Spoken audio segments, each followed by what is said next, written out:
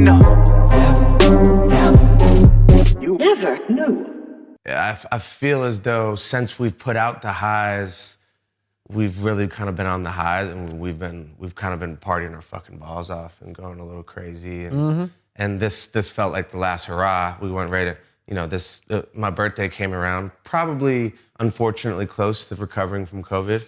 Talk about throwing yourself back into the fire. But it felt like a last hurrah. We had so many friends. It was really the most fun I've had in a long time. And then I paid the price for it the last few days. Had anxiety and just my body felt so bad.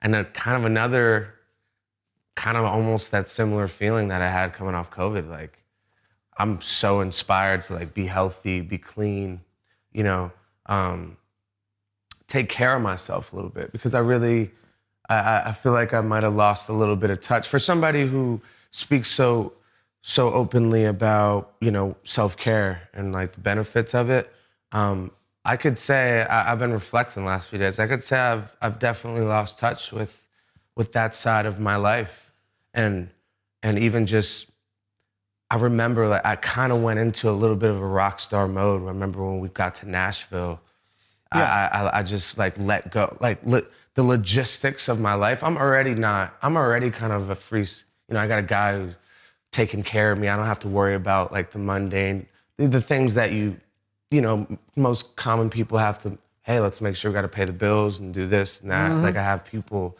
doing that. So I really leaned into like, I kind of went full artist mode where we talk about it often. I am in a bit of a strange dichotomy where I'm like pretty much a regular dude half the time. I have that rock star side, and then we have like a business side, you know? I let the regular side and the business side go. And I just went into the artist mode. I finished that album. We put it out, and we've fucking been parading around, partying everywhere, you know? Well, 2 or 3 years working on an album, do you think you owed it to yourself to kind of just let go? I did feel that way. For 5 months?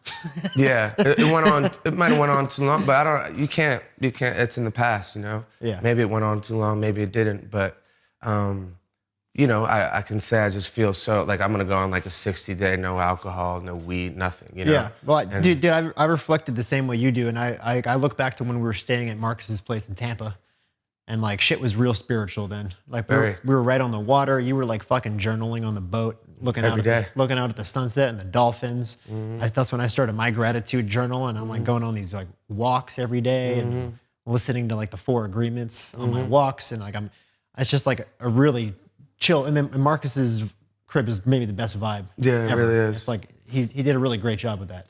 And then you carry that over to now. 5 months later, it's like, things have changed a little bit. No, and I can say that, and I want to be open about it. Like we talk about all the time. I'm never coming from a place of preaching. I try to share what I'm going through and what I've learned, and I know how good meditation is for me and journaling.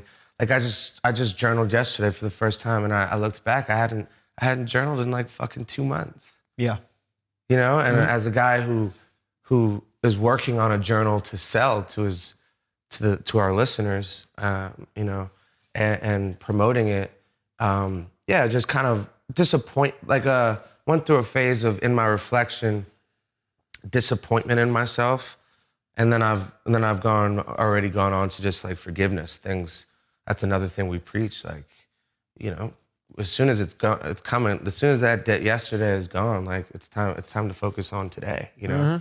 And think about tomorrow and what you want to be tomorrow, you know? Yep. You ready?